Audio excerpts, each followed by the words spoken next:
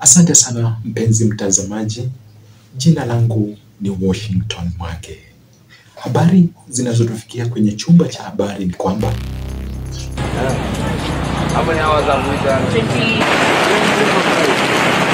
mwanamke mmoja kwenye kaunti ya Nyeri awashangaza wengi kwa kuhag mti kuvunja Guinness Book of Record ya masaa 72. Akiongea na wanahabari alisema anataka kuvunja rekodi yake ya awali ya masaa 48. I am doing a groundbreaking 72 hours of environmental endurance. It's a non-stop tree hug to break my own world record. I am already a world record holder, so I set it for 48 hours and I'm here to break my own world record. Lengo lake ni kuhifadhi mazingira, hasa miti ya indigenous.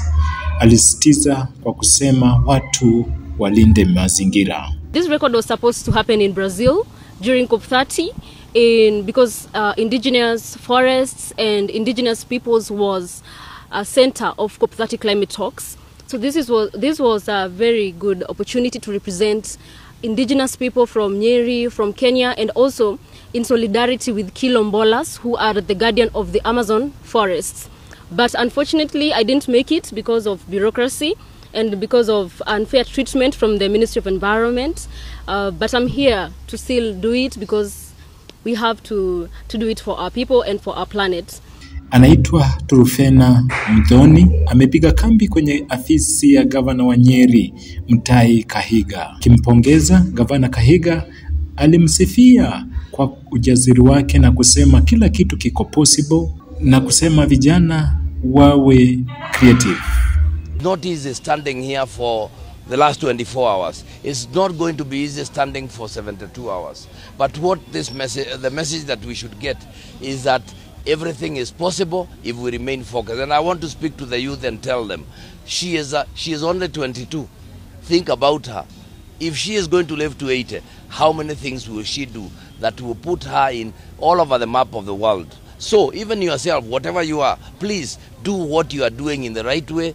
Do it and focus, other than just, wasting time and lacking anything to do. Be creative like she is. In other words, find something that you are ready to die for. Because look at what is happening. I was here yesterday. She was rained on.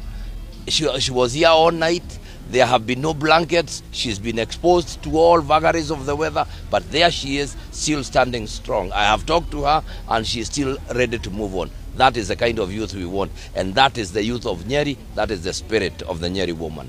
Na iwapo hujasubscribe, tafadhali subscribe Woshi TV na utakuwa wa kwanza kupata notification punde habari zinapotokea. Asante sana mpenzi mtazamaji. Jina langu ni Washington Mwake.